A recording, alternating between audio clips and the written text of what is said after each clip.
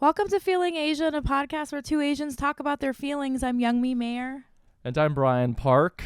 And we have our This is last guest for the Ever. podcast. Ever on Feeling Asian.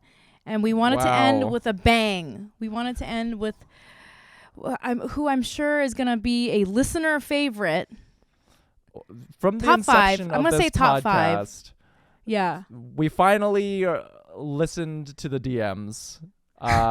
This is probably by far the most requested guest for this podcast, and we finally did it, folks. Youngmi, this is bittersweet. I'm a bit sad that this is our last guest ever, but Do this intro justice, Brian. This is the last time you're going to intro a guest on Feeling Asian, so don't fuck it up, Brian. I'm not going to fuck it up. All right, ladies and gentlemen, the final guest of the Feeling Asian podcast is an author, and you may know them from their work, Minor Feelings. Listeners, give your ears for Cathy Park Hong. How did we do, Cathy? How was the intro? That was really great. Are we still recording? We're totally recording. This is all. Oh yeah, we're recording. This is high expectations. High expectations. I hope I don't disappoint. I'm really honored to be here for your very last episode. I'm also really sad that it's ending. So I hope you guys change your mind, but maybe you're on to bigger, better things. Maybe. Who knows? The optimism is there for now. No, but it has been a running joke in this podcast where when we started it, we wanted to make a podcast that explored like our feelings and what it means and feels to be Asian American. And then Minor Feelings was published, and then we read it, and then Youngmi and I were like, oh, this is basically what we were trying to do, but in a more succinctly packaged way. You can just read. Definitely less anal jokes in there. A more professional way. In a way that people are more comfortable consuming, I would say. For sure. A lot more academic research. I don't know. I could definitely add in more anal jokes or meditations in my book. I mean, it wasn't all that professional, I would hope.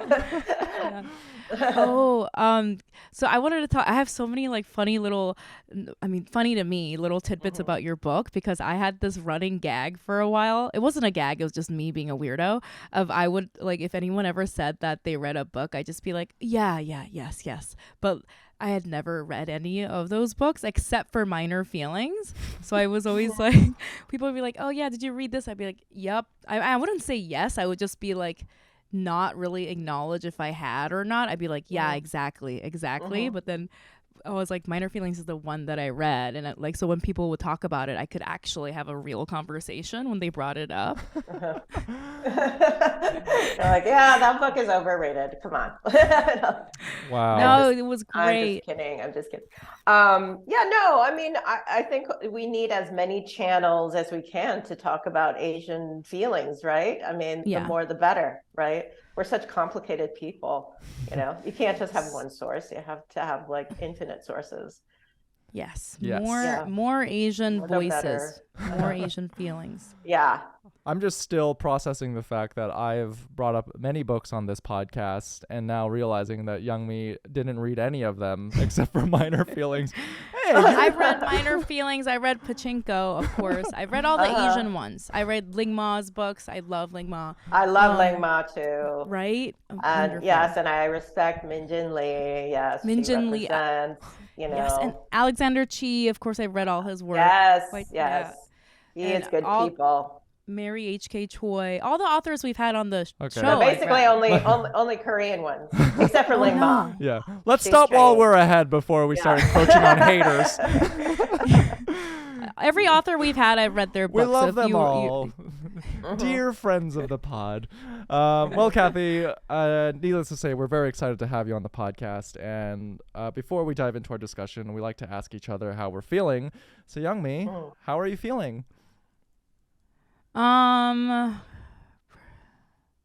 sorry, I'm like trying to parse I'm trying to I know this is the entire point of this podcast was that I would not do this, but I just feel like I can't cry in front of Cathy Park Hong.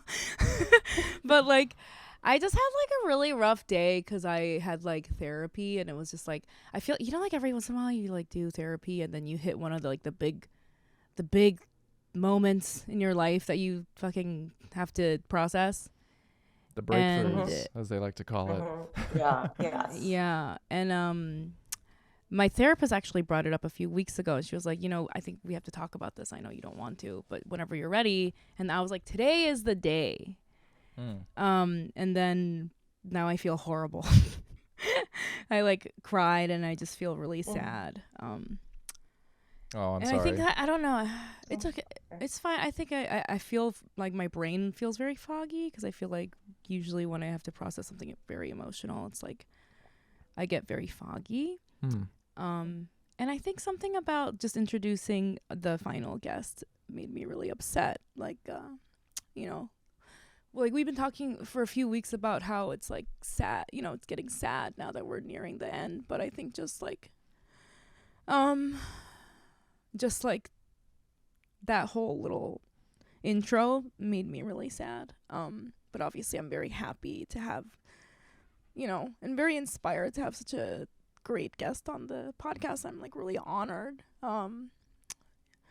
that you're here to join us, Cathy, and I'm really honored that all the other former guests did it. You know, like how amazing that, you know, like when I was just naming all the great authors that we spoke to, and you know, among other very talented, wonderful people, like it's really moving that all of them took the time to speak to us. You know, it's just very, very moving.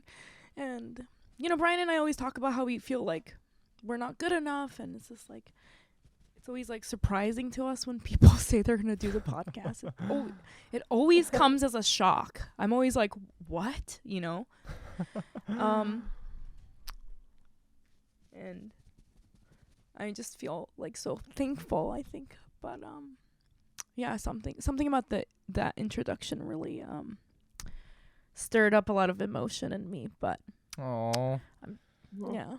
Oh, sorry, young It's me. getting real, Brian. It's really gonna end. It's getting real. It's getting real. I know you mentioned that before.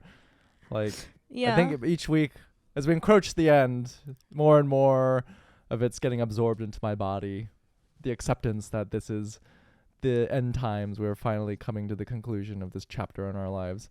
I know, it's crazy. We've done this thing for the last 3 years, so it's just such a constant in our lives. But yeah. Well, I'm sorry you're going through that, young me. It's okay. I mean, you know, I'm like just thankful. I think, you know, that Brian is here listening, and you know, I've done this so many times where our poor guests, we invite them on, and they're right up top. I'm just like, You're scaring the hose, young me. I'm scaring the hose away. No, we're at the club. We're at the nightclub. I'm Brian's wingman, and I start crying at the nightclub. Brian's like, keep it together. Yeah, I'm definitely scaring all the hose away. But you know, yeah, it's I guess in classic me fashion, I'm gonna awkwardly make the vibe sad in front of our guest who we just met 3 minutes ago. I gotta end it like how I started it, I guess. So yeah, that's how I'm feeling. I'm feeling sad, you know, a bunch of like former stuff, like life stuff, and then plus this is, which is, you know, a really sad event, and I feel glad that I'm emotionally capable of processing it while it's happening, because that's not something I would, you know, I'm very good at. So yeah. I'm just mostly thankful. That's how I feel. How are you feeling, Brian? Similarly, very similarly. You know, it is very crazy to have you as our last guest, Cathy, because, you know, when we started this podcast, Youngmi and I, we had like a list of people that we always saw as like reach guests, or people that would be, oh, it'd be so amazing like to have. And it's finally here, and it's coming at I think in a very exciting time, because I think we're ending this podcast on a very high note, and we're both excited for our future projects that are coming up. But yeah, it's just crazy. It's just crazy. I in a corny way, it's like, so we are our own worst critics, and if we just build the thing, nothing is out of the realm of possibility. And so I'm very excited to be able to have this episode with you, Cathy, and to speak with you. But yeah, overall, I'm feeling nervous, excited for what's to come beyond this podcast. I know I took a break from stand-up comedy to focus on this podcast, and one of the things that I really want to do once this ends is to hit the ground running and return to stand-up. So if you're listening, follow us on socials, come to one of our shows. I'm already kicking the self-promo into high gear, but I did stand-up this week, and it was the first time that I went back on stage in 3 years. And obviously there was a pandemic. So there was a pandemic that happened, which complicated things. Wow. But oh my God, what a fucking kick in the face that was. Yeah, like it was I just felt like a baby deer on stage. I just was so fucking rusty, I assumed that it would be very much like riding a bike. Like you'd imagine that if you commit yourself to a craft for 8 years, that it just doesn't go away. But instead, I just felt like I had undone all of the progress that I had made, and I somewhat spiraled a little bit, because I'm like, fuck, if I'm fucking, what am I doing? What have I done to myself where I've put myself into this predicament? So you're saying you tried to get back on the bike and you forgot how to ride the bike. So the saying isn't true. But no. What I'm likening it to is I'm wearing goggles, and they're just covered in so much dust. And I think I just, each time I get back on stage, I'm just like, I'm only allowed one wipe. And once I clear out all the dust, we're good to go, baby. Revving at 100 miles per hour.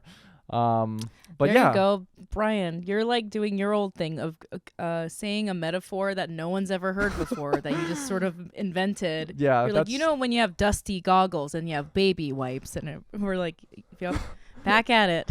I was just channeling my, maybe it's just the energy of having Cathy on this podcast. I was just trying to tap into my inner writer, just being very descriptive. Hitting the metaphors, but instead I'm just creating idioms that have never existed in the human language. But yeah, overall I am feeling, but there's a little bit of fear there. There's a little bit of fear. There's a little bit of ego there, because I had done this thing for so long. So naturally I would assume that it didn't go away. I'm very good at this craft, and it's a little rusty right now. So I hope I can shake off the cobwebs and return to the form that I was before the podcast. And I don't know, it's all exciting. It's a good thing. I'm leaning into the discomfort. I'm just gonna follow that fear, and it's gonna be good. I think you're just probably being more self-critical than I feel like you're, I think that's like true for both of us. Like we're very, like, you're probably seeing it way worse than what it really is. Because I remember I saw you do comedy one time. I didn't realize that you just stopped doing stand-up. I just thought you were still sort of doing shows like I was, but no, I stopped. I was becoming very frustrated with the art form, but that's something we'll probably discuss in this episode. But yeah, that's overall how I'm feeling. I'm excited. I'm nervous. I'm sad about the podcast ending, but I'm also looking forward to leaning into the unknown, into the discomfort, and excited to do more stand-up. But enough about us. Cathy, how are you feeling? Well, now this host's sad too. Sorry. I feel sad coming into the tail end of this show, and it just feels very bittersweet to be here with both of you. But I don't know. I mean, I think it's awesome that you guys did this podcast and now it's archived. It's here. It's like people can listen to it whenever they want. And it's like, it's just, you know, years from now when you have your own show on HBO, you could like listen to this podcast and think, wow, this is what we were doing during the pandemic.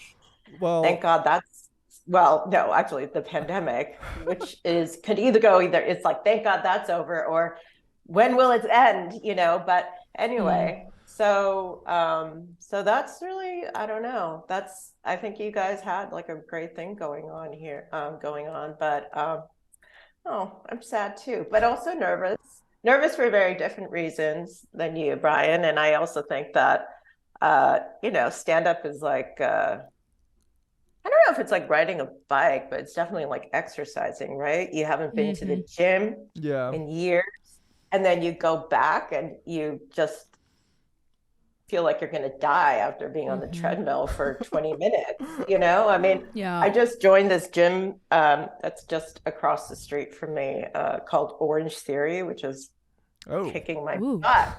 Yeah, it's a hardcore. Sounds fancy. It's a hardcore gym. It's like a class where you're on the treadmill. It's a competition. Yeah, it's a competition. It's like it's sort of like they treat going to the gym like it's virtual, like it's all based on points, the point system. Yeah, it's really and I'm not like that at all. I just never go to the gym. But I was like, I really somehow need to get in shape. And maybe if it's like there's a point system and it's a class, and if I don't work hard enough, I'm just going to be humiliated. Maybe this is the only way. So I joined, and I was actually getting good at it.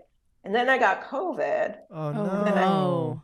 So I was out for 2 weeks, and then I went back to Orange Theory, and I was like, I'm so embarrassed. I can't do this. So now I have to find a way back to Orange Theory. So I'm assuming that's what stand-up comedy is, or, it's like going to the gym you haven't been for a while, or writing is a corollary. Like you got it. And I tell my students this too. You have to work out. You have to write every day so that you're in it. And then when you're out of it, you haven't done it for a year or a month or even a week. It's hard, so just so I'm excited to see you do stand up. Anyway, before I became sad, I was kind of happy today, actually, because I had look what you did, young me. Sorry. Yeah, I had like 7 to 8 hours of sleep, which, as when you get to be my age, you start having less vices. So having to 7 to 8 hours of sleep is like the ultimate high for you, basically, sadly. And then I don't know, it's a beautiful day, and I went to the park, I wrote, and nice. But overall, I would say generally I'm actually really quite nervous, for different reasons, because of midterms, SCOTUS, all that fun stuff. We don't need to get into that though for this podcast. I mean, if you want, it's whatever you want. We'll see where conversation leads us. We don't want to ruin the vibe even more after me crying immediately. What more could you want? 8 hours of sleep, sitting in the park, getting some writing done. That sounds like the best day ever. But that's just today. It's not like every day is today. Yeah. And I think earlier when you mentioned if and when we do have an HBO show, Youngmi, the first thing we're going to do is we're going to obliterate any evidence of this podcast, because what is that? 300,000 hours of us speaking? Yeah, I'm not running the risk of us getting canceled. No, I trust us. I think that there is zero way that we can get canceled. It's not like I stand remember by what we've said on this podcast. Yeah, I stand by everything. I feel like we're good people, because I feel like that. Cathy, I don't know if you like remember this, but there is this comedian that got hired on SNL, and somebody listened in on a podcast that he did, and like it was like a 3-hour long episode. Like who even does that? There's a lot of people and on the internet. And like an hour and 50 minutes in, he started saying really racist stuff about Asian people. I'm not gonna say his name. I don't want to. And then I think I remember that. Yeah. And yeah, he got fired from SNL. So that's not gonna happen to us, Brian. Yeah, I think we're good. We're in the clear. Let's just jump. Okay, so let's just jump right into it. Cathy, you have credited the stand-up comedian Richard Pryor as inspiration for your own work, and kind of wondering, have you ever done stand-up? Were you ever curious to try it yourself? No, I could never do stand-up, like actual stand-up in front of at an actual club, stand-up comedy club. I'm not that masochistic. So I'm sorry. I'm not as masochistic as you are, Brian. No, I think I have, but I kind of it was a real it wasn't real stand-up. Basically, I write about it in Minor Feelings where I was, I'm a poet, and I was doing quite a few poetry readings, and I just hated doing them. I just thought it was, well, it kind of like, unfortunately, I don't want to kind of, I don't want to reaffirm stereotypes about poetry readings because people tend to roll their eyes or just think it's a snooze fest. But the ones that I was going to they were like snooze fest. It was white. It was like being in church, and it was just very scripted, and the laugh, when there was like any laughter, it was very forced, and there was just a real piety to it. And so I was like, fuck this, I'm not going to actually read my poems. Instead of reading my poems, I'm just going to tell jokes. Nice. Do a stand-up comedy act. So it was like I kind of, what's the word for it, where I just sort of, where I was like pulling the rug under the whole poetry format, where when it was I wouldn't tell them that I was reading poetry. I wouldn't tell them that I was telling jokes. I would just go up, but instead of reading poetry, you do jokes. I would do jokes. And they're and at first what I did was like, because I didn't think of it as stand-up comedy, I was thinking it was more like a kind of pretentious conceptual project. I was like, I would just recite jokes that other stand-up comedians have used, like, from, just, it was just like a panoply of jokes that other comedians did, but then I wouldn't source them, so people don't know. People would either know or they didn't. And that's like the biggest no-no, right? That's like the biggest, you can't steal jokes and stand up. You're doing an Amy Schumer. Huh? You were pulling an Amy Schumer. What did Amy Schumer do? Does Amy Schumer steal jokes? I don't know. I saw something about her being a joke stealer, but I think it's like a misogynistic thing. Because I was stealing jokes from, like, I don't know, like, what's his name? So were you just telling jokes about what it was like to be a Chris black Rock? person in America, and people were like, I don't think Cathy wrote those jokes.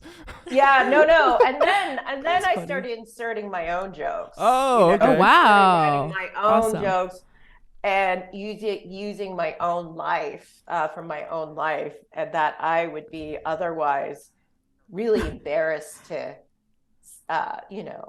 say in public. But I was like, well, if I intersperse my own jokes among all the other jokes, and they were actually jokes that people understood were not my jokes, right? The comedian jokes, and they wouldn't know which ones were my jokes and which ones were. So it was kind of like a safety net for me.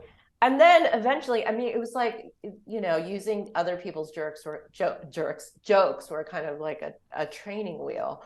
Because so eventually I stopped using other people's jokes, and I just told my own jokes. And but they weren't, it wasn't like stand-up comedy. It was just like a stunt. It was just like sort of my middle finger to the whole poetry literary establishment. You know, I Right. never actually went to a club and performed my jokes. Right, I right. would bomb. I would be booed out of the stage. I would be heckled out of the stage, off the stage. It would just, or they would just, worse than that, I guess it would just be deadly silence, you know. I'm imagining that you crushed at these poetry readings, like your stand-up set killed.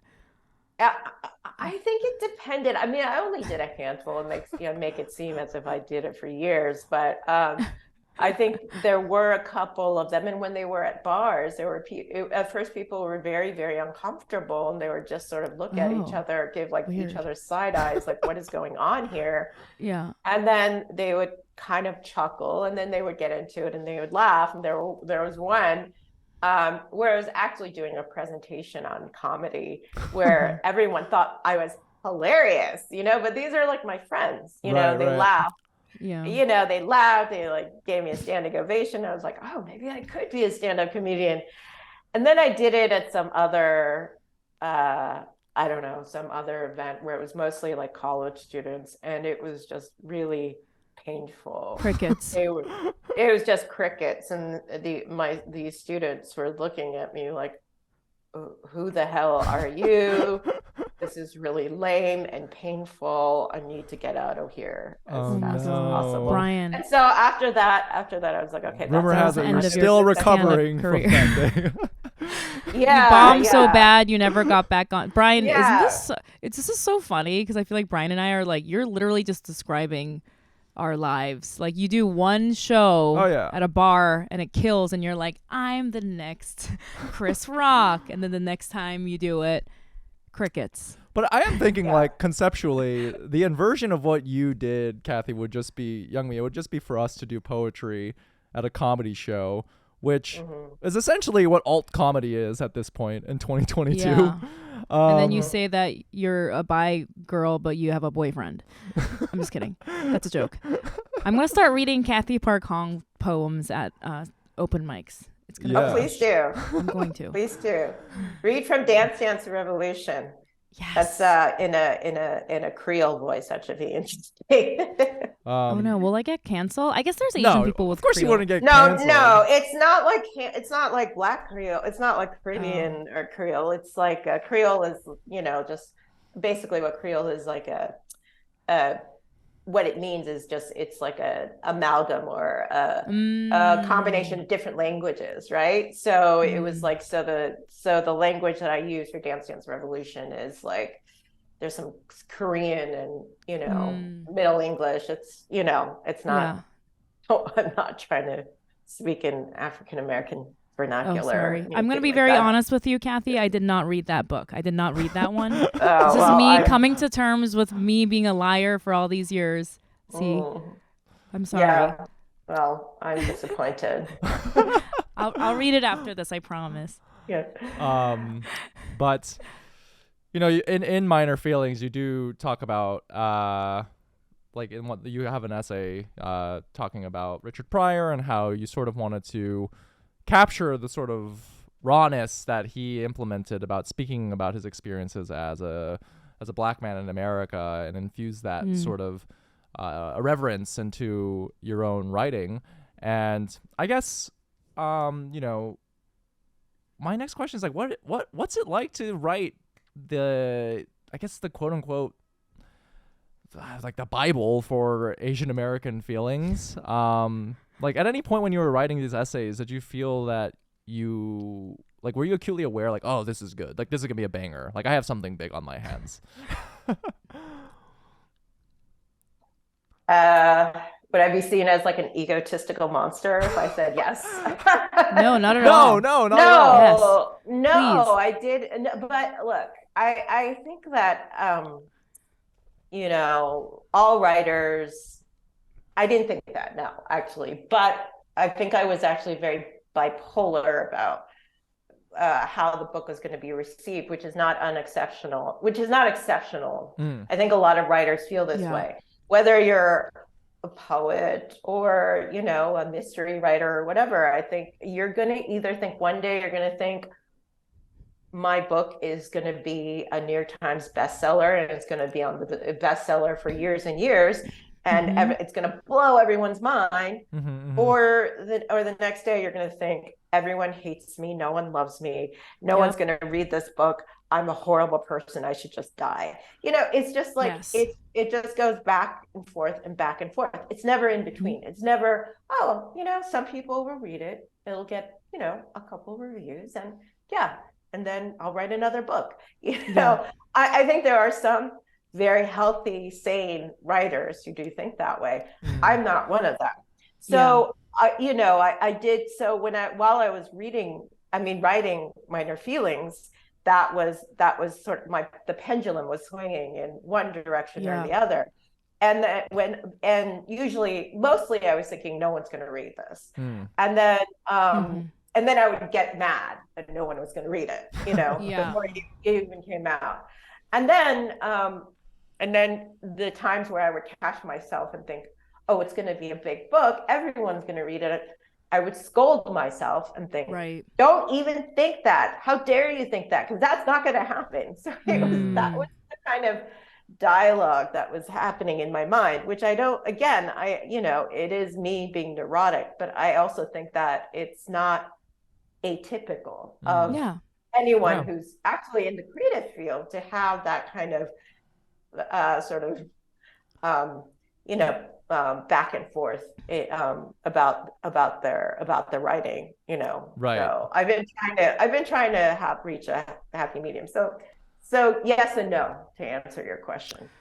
That must be really interesting. Now hearing your answer, it must be interesting because I think you're definitely correct. From the people that I know that do write and do other creative things, those two things exist all the time. Like Brian and I struggle with that. Like when I make like jokes or something like that, I'm like, this is the best joke ever, and then I'm like, people think I'm a fucking idiot. I'm gonna like crawl in a hole and die. But I know that's very common, but it must be really interesting as a writer when you have those two extremes in your head, and then the book comes out and it does go to the positive extreme.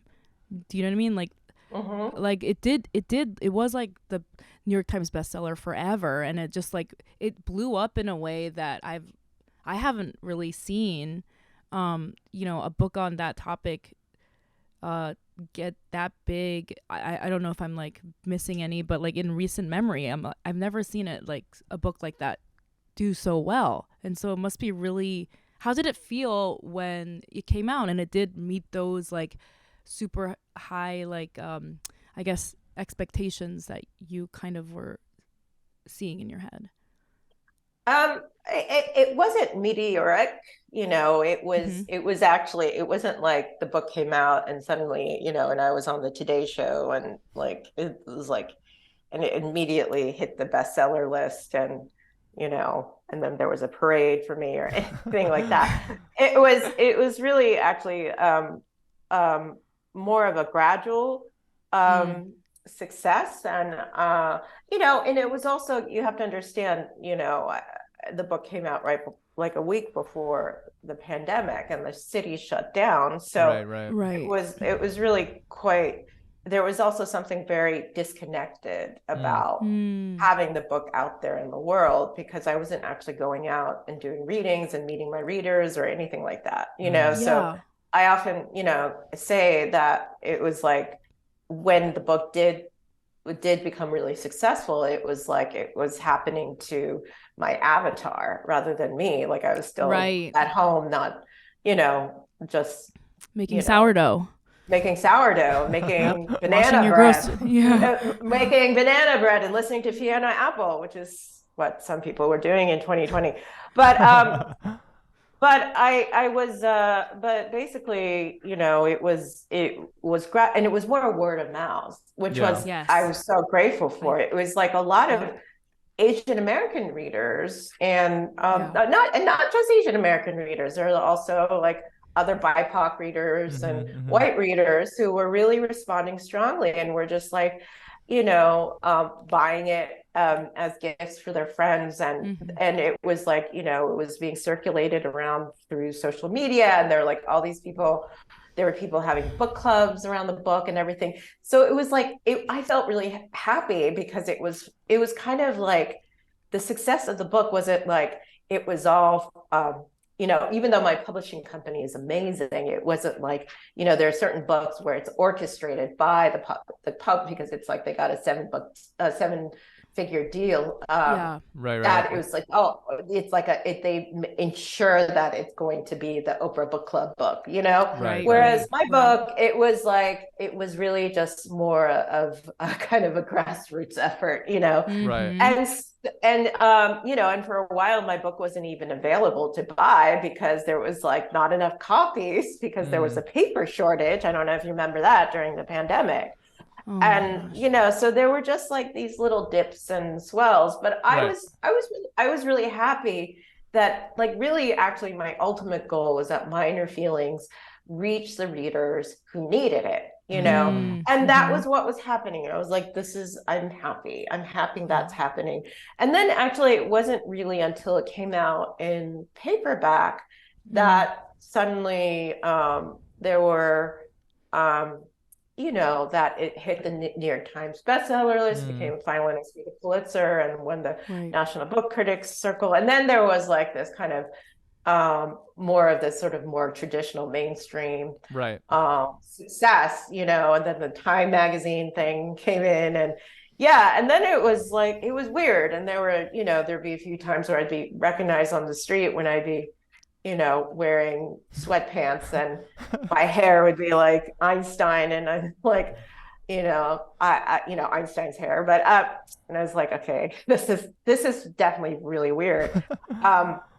But I would say it's strange. I'm still the same person. Nothing has changed. Like, I still hang out with the same people. Like, I still pick up my daughter who's 8 from school, and and still complain about the same things. That hasn't changed. But I guess the supposed success feels at this point more abstract than anything else. But I'm still grateful. I'm still grateful for it. I'm very happy,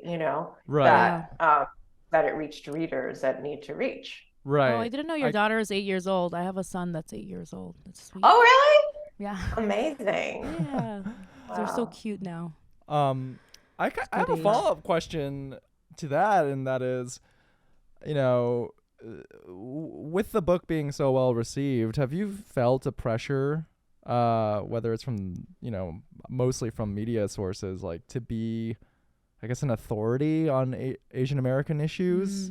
And are you comfortable with that? Like, how's that been? No, I'm not comfortable with that, and I don't platform myself as being any kind of spokesperson, or although I get asked that question all the time.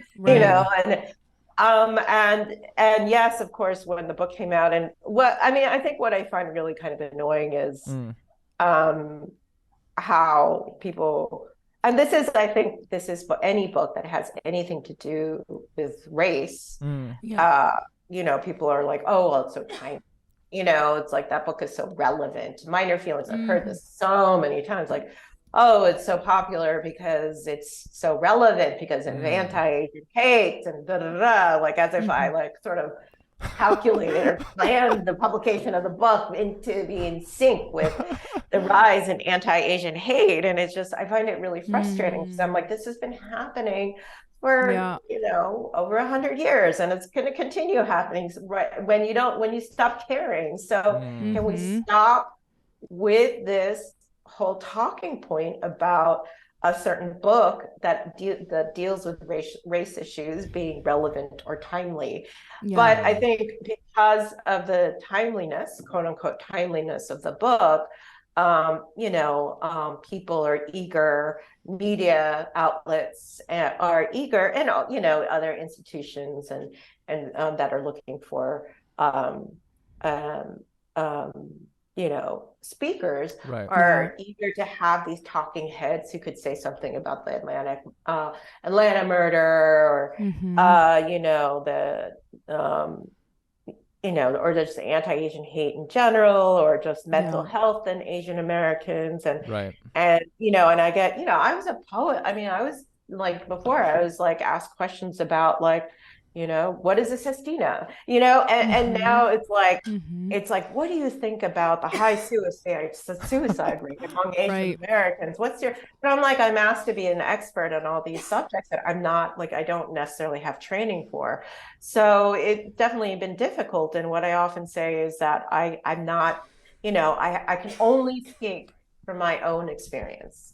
And Yeah. I can only speak from my own experience, and that, I think we need to have a different model. Like what I'm hoping and what I have been happy about is that there's so many Asian American voices that were there before me and have been coming out since, like your podcast, for instance, that has been around, that has existed before and after, that speak on all of these issues, and that kind of give a sense of solidarity for everyone, so I'm more interested in that. And I do speak out because I also feel I do speak out because I feel like I feel a responsibility to. I can't just be silent. I also feel like I have the platform where I want to, whether it's amplifying someone's book or talking about something like affirmative action. I'm like, I'm going to say, I feel, I do feel like I have to say something about it, but I also want to be part of a chorus, of which I am. Yes. Yeah. That's such a great way to put it. I just want to touch really quick. I feel like one of the more upsetting parts of your book, Minor Feelings, and I want to touch on this because you mentioned, like this has been happening for so long, and now you're like, oh, it's so relevant right now. But the part of the book that really, really upset me was the part where you were talking about the history of how Chinese Americans have been treated, or Chinese citizens in America have been treated. And it's just like, I thought that was like, I mean, like, that's just like such a good, I think it's a good thing to bring up right now, because as you said, it's been happening since, all the way back then and before that, even the stuff that you mentioned in the book. But what's really scary is that stuff has been like wiped out of our history books, and it's just like, I think in your book, and then recently I started like listening to some podcasts that like mention all of those like massacres of Asian people in America that's been just completely erased from our history. And then, of course we saw the wonderful show Takeout with Lisa Ling, which is kind of touches on those sort of like erased histories. And it makes me like that kind of realization makes me just so angry and sad, because it's literal like deleting people, like they didn't even exist or something. It's oh, sorry, dinged again. No, it's been like a wholesale erasure, like erasure of these like historical moments, and I think that's what we're kind of battling with right now. I mean, that's what the whole critical race theory controversy is, right? It's like, exactly, why don't we, now there are enough this country has gotten diverse enough that there Americans are like, we have been taught a sanitized history of American democracy, rather than a country that has been, founded by genocide and enslavement and exclusion of immigrants. And we need to teach that. And then, and of course, now we're hearing, I mean, and this has been the platform for the right to push against that and saying, we don't want to teach any of that and so forth. So, and I think it's scary. And I don't know where we'll end up, but at the same time,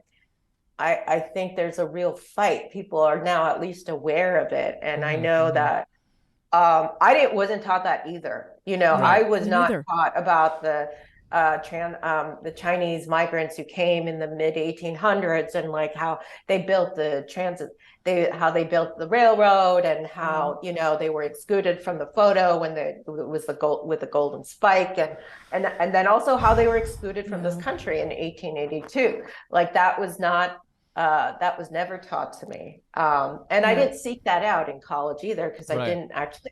I took other like classes that taught race theory, but I didn't actually take an like 101 at the Asian American Studies class where that kind of thing, those kind of facts were taught. But I think there's a lot of work being done now, which makes me happy, which makes me hopeful. Like there are books coming out, like Mei Nai's book, The Chinese Question, which is all about, which is like a deep kind of investigation in Chinese migration and how that affected global capitalism. Now, and then I also know scholars who are really taking the initiative in, say, Connecticut, to teach Asian American history in public schools, from elementary school, middle school, and high school. So there's like real work being done. And even the kind of history, I don't know about your 8-year-old, but like my 8-year-old is definitely getting a different education than I did when I was a kid, where I was like, I took field trips. I'm from California. And we took field trips to Spanish missionaries, and we're like, look at these cool missionaries, and look at these, these Spanish priests were so good to these Native Americans and really taught them, the alphabet and how and to be Christian and, civilize them, and we should all be grateful. That was the kind of, and that was my education too. Yeah, same. Also, that kind of education is still happening though. And there are people trying to make sure that it still happens. Oh, well, this is the fight, right? Yeah. Of course. Sad. Yeah. It's like those people that are still getting married on plantations. Like, what is happening? Like, I know. Yeah. It's like this. I will never forgive Blake Lively for getting married in a plantation. I always remember that. I never forget. You will never be forgiven, Blake Lively. I forgot, and now I've been reminded. And it's going to take another 10 years for me to ever... You know what? I'm never going to forget. She is canceled. She is canceled in my mind. Also, no one else has canceled her. I canceled her. Also, is this a fever dream, or am I remembering? I swear to God, I feel like when Kate, whatever her name, Middleton, and the bald Prince guy, William, Chef William. I don't know why. Like Prince William got married. Am I having? Is this? I feel like, is this a false memory? They had like an Africa themed wedding. Am I losing my mind, or because how could they, right? I swear to God. Am I losing? I don't know. Maybe this is Chef Mandela William. effect happening too.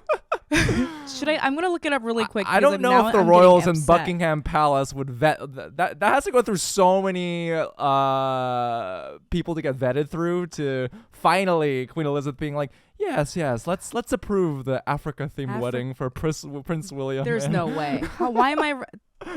I don't think it was. I think I sort of vaguely remember. I think that something like that, but it wasn't an African wedding. I don't think it was a wedding. I do think maybe Prince William did blackface for Halloween because a lot of Western global leaders, that just seems to be a prerequisite at some point. Why have there been so many powerful royalty figures and politicians who have like gone blackface? I've never. I know why, but it's just like a lot of effort. It's from a logistical standpoint, it's just every month there is like a photograph revealed of someone in blackface. What was the last one? Trudeau. Wasn't it just? Yeah, he was the last one. Well, Trudeau has like so many different costume offenses. I know, God. I can't get over that I called Prince William Chef William. That's so funny. I don't know. That's Chef. She's married to that chef guy. Sorry, I love that. Let's start the Africa rumor. They had an Africa themed wedding. I swear to God, they have some sort of really inappropriate Africa themed party, and it was like they got the party favors at like Party City. It was like horrible. I want to remember what it is later. I know this wasn't on the original outline, but I just want to satiate my own curiosity here, Cathy. So, going back to your days doing these poetry readings and then sort of subverting the form of that and deciding to do stand-up to now where, you published Minor Feelings. I guess, like, what has been the best piece of advice that you've received in your career as an artist that kind of helped you keep going and keep the thread alive? Oh God. I mean, I've had so many. It's like I'm trying to think, of one good advice. I think that um I mean, they're very basic, right? It is like, for one, don't be so hard on yourself. Two, being a writer or being a poet sucks, but but it will get better. It will get better. And I think what was, I'm kind of like sort of summarizing a composite of advice that I've gotten was that, and this is a quote that I actually tell to my students, which is a quote by Dolly Parton, which is, find out who you are and do it on purpose. And I think that, there is this, especially with younger writers and a younger version of myself, there is this urge to always, there's this kind of temptation to follow trends or to write in a way that follows the market and so forth. And that kind of writing will never, if you want to be a singular writer, or that's never going to sustain give you any kind of sustaining career. And you have to really stick to what makes you different. And this is another quote that Toni Morrison has said this, and I think this is really important for all writers, is that instead of writing a book with a subject matter that you think is marketable or popular, write a book that you have wanted to read that isn't out there yet, that hasn't been published. That was the impetus for Minor Feelings, and that's always been like, I've always sort of really tried to follow my own sort of obsessions and my own weird, sometimes very esoteric compulsion. I mean, before I was writing Minor Feelings, I was writing science fictional poetry, which, no one read, but that was what I was interested in, and I really try not to think about, how big the audience will be, or what the white audience will think, or even now, like what the Asian American audience wants, anything.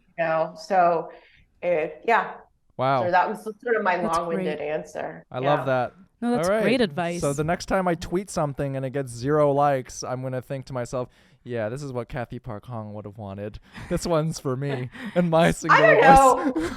I mean, I think like being raised Korean too, like Koreans are so obsessed with what other people think. Yeah. And they're not, it's not like it's we're always needing, and I think there's that sort of double negative of being both Korean and being a writer, because being a writer, you constantly need that external validation, and being a Korean, you constantly need that external validation. And it's been like this really long, I don't know if I'm totally over it, but it's been this really long ongoing process to really sever myself from needing that external validation. And I think being a stand-up comedian is even more kind of a blunt kind of, you're literally making jokes to make people laugh. If people aren't laughing, then it's like you're a failure.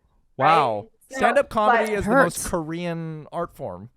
It is. It is the most Korean art form because of you need that approval in order for your set, to work, to be successful. But I think, but at the same, there's nothing there. Yeah, but then at the same time, it's like it's really hard to like unconditioned to sort of deprogram yourself of that need for external validation. But you really need to. That's what therapy is for, right? I find it like, because also I'm Korean, and I've always needed it. It is such a culture where that's all there is, and that's how you know who you are. And just like moving away from that, I think for me, you know, you hear people like say this all the time. They're like, oh, who cares what other people think? Just like you care about like yourself or something. But I think the truth is that that's not the answer. Isn't to just be like at one extreme. It's like somewhere in the middle. Like you do need the external validation and your internal validation at the same time, I think. Well, you want like a reciprocal relationship with other people. I mean, the other end of it is just being totally selfish and, you know, not being like just being willfully deaf to, you know, what other people, you know, other people's feelings, you know, and just be like, I'm gonna, you know, that's Trump, right? You know, so there's like the other end of that is being like a malignant narcissist, you know, you know, it's like you want a balance. You want to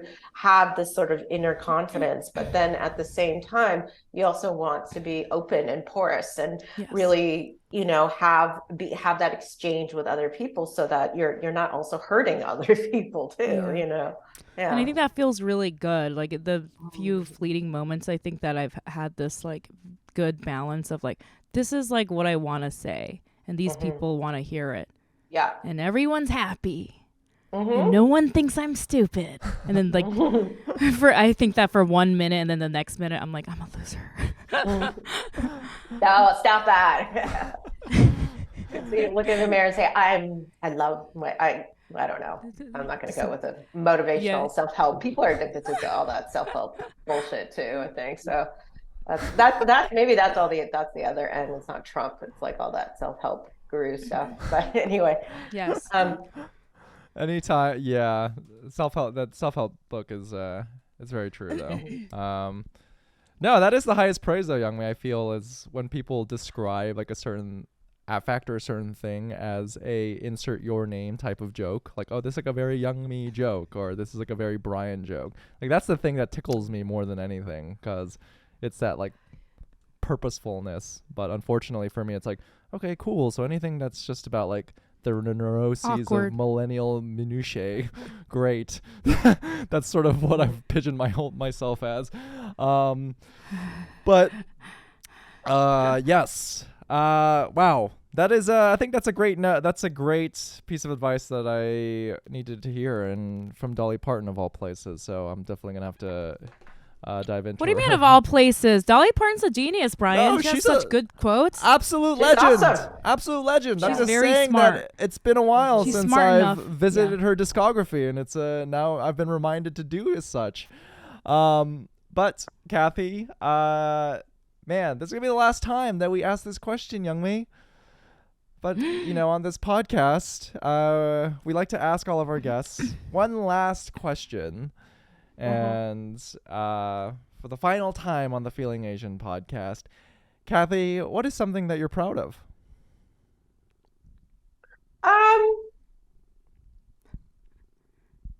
proud of writing Minor Feelings. I'm proud that it has like reached out a lot of readers, and it's moved a lot of people, and that you know, that there have been some people who even said that it changed their life. You know, I am proud of it. I'm proud of my family. I mean, I'm going to be a little bit cheesy here. I'm proud of my daughter. I'm proud of,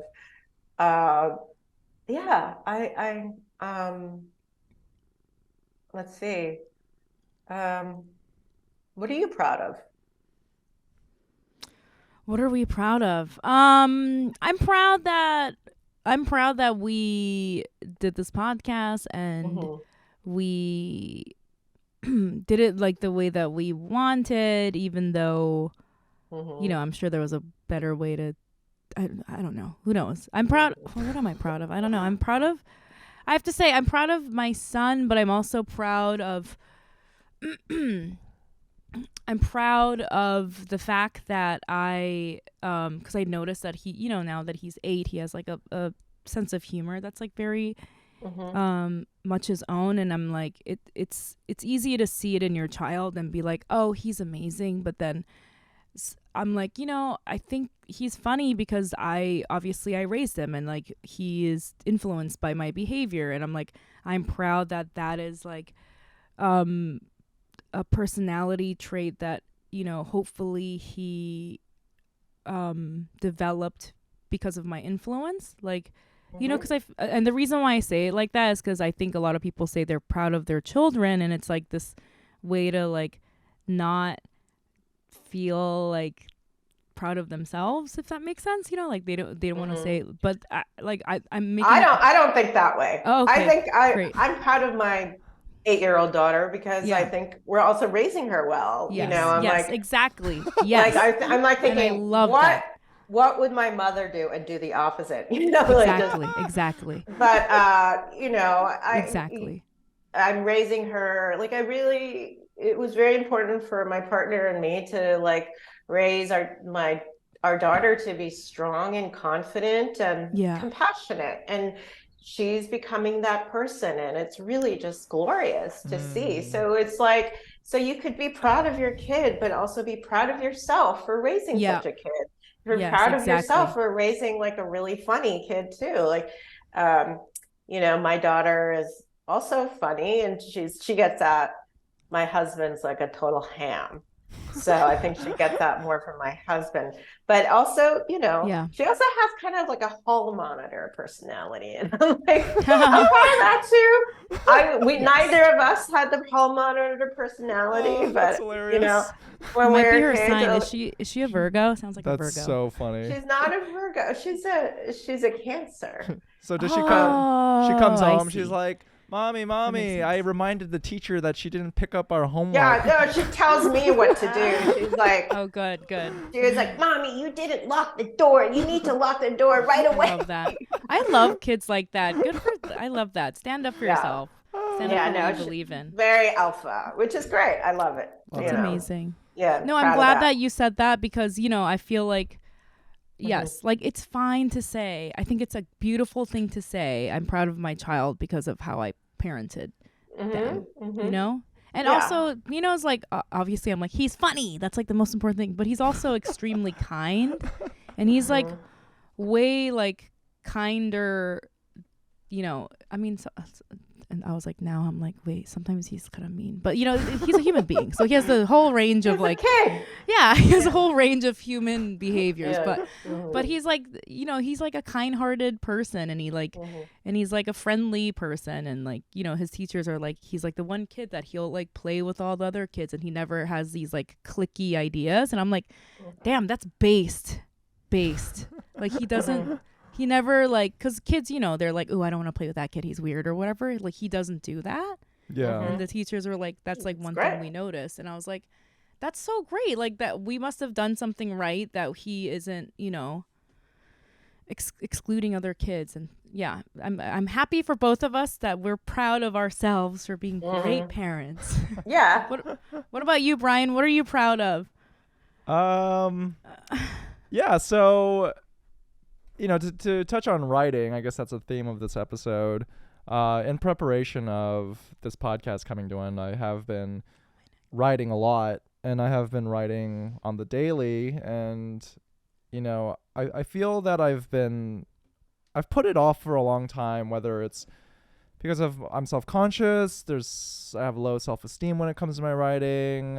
It just felt so daunting, and I'd always do something else, clean my room, just find any excuse to not actually sit down and do the damn thing. And now that I'm in this motion of just writing a lot, I'm to be honest, I just want to say that I'm very proud that I'm a comedian. I feel that it's a long time coming for me to embrace this identity for myself. I think being a comedian goes entirely against.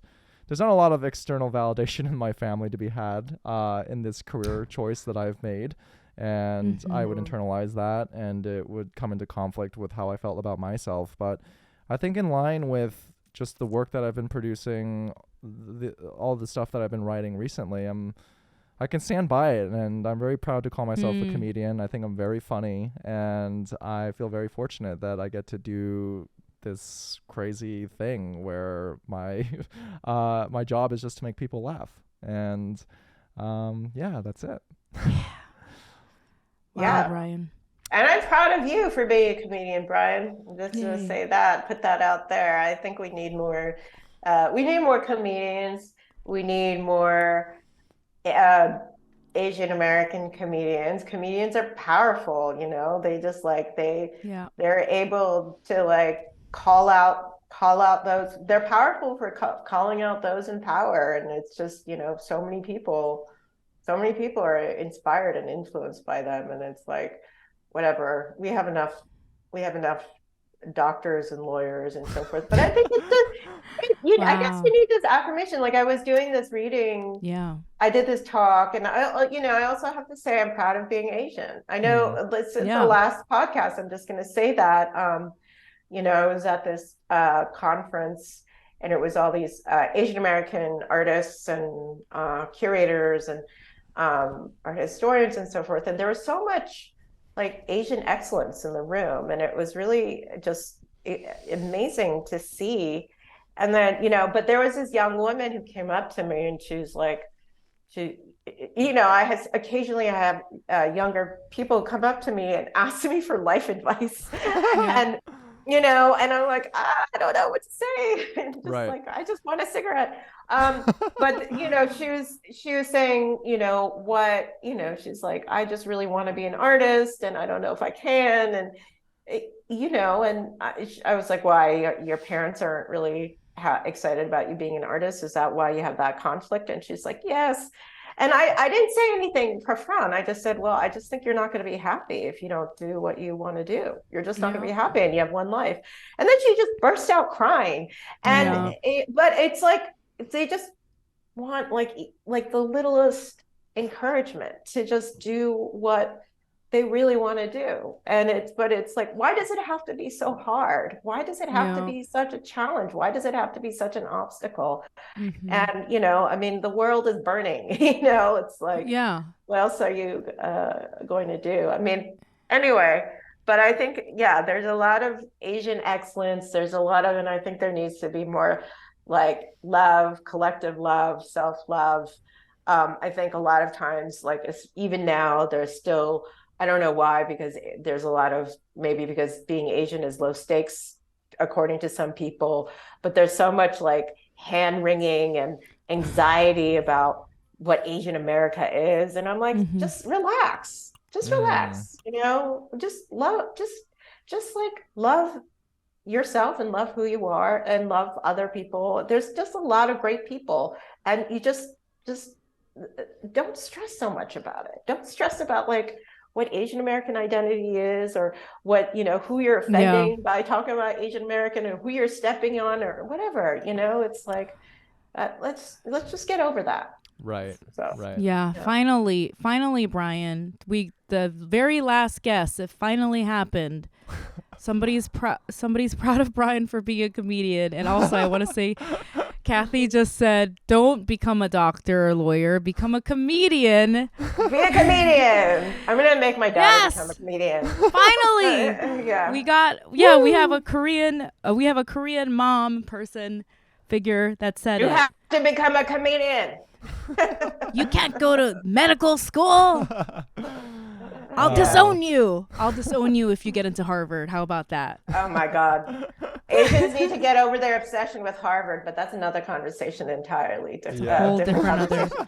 That's a whole different podcast. We're gonna start a Timely. podcast Yeah, called Timely. our new Intervention. podcast. There Yeah. needs to be intervention. Let's just start a new podcast Harvard's called just not that into you. Yeah, Asians need to get over Harvard. The Get podcast. up, get over it.